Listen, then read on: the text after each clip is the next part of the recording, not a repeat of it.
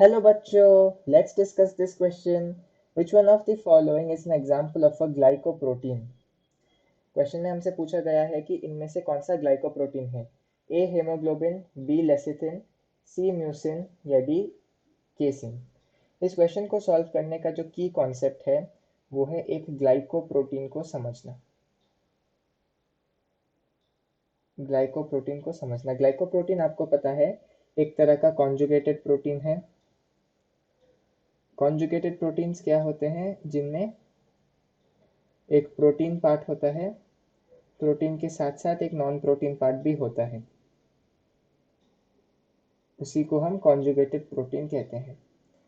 अभी ये जो ग्लाइकोप्रोटीन है, ग्लाइकोप्रोटीन में जो नॉन प्रोटीन पार्ट है वो होता है आपका कार्बोहाइड्रेट।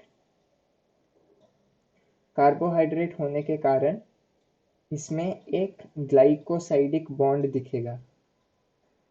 इस ग्लाइकोसाइडिक बॉन्ड के आधार पे ही ऐसे तरह के प्रोटीन्स को ग्लाइकोप्रोटीन्स कहते हैं। तो यदि हम ग्लाइकोप्रोटीन का एक एग्जाम्पल देखें, एक एग्जाम्पल होता है म्यूसिन। ये म्यूसिन मौजूद होता है म्यूकस के ऊपर, मतलब म्यूकस में, प्रेजेंट इन म्यूकस, और आपको ये दिखता है एपिथेलियल सेल्स में,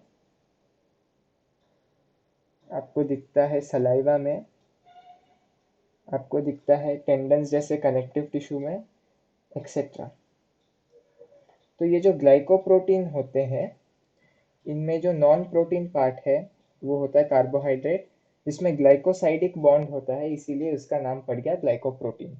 और इसका एक एग्जांपल होता है म्यूसिन, जो कि म्यूकस में मौजूद है, एपिथेलियल सेल्स, सलाइवा और टेंडन्स में दिखता है। तो चलिए ऑप्शंस देखते हैं। हमसे ग्लाइकोप्रोटीन पूछा गया है।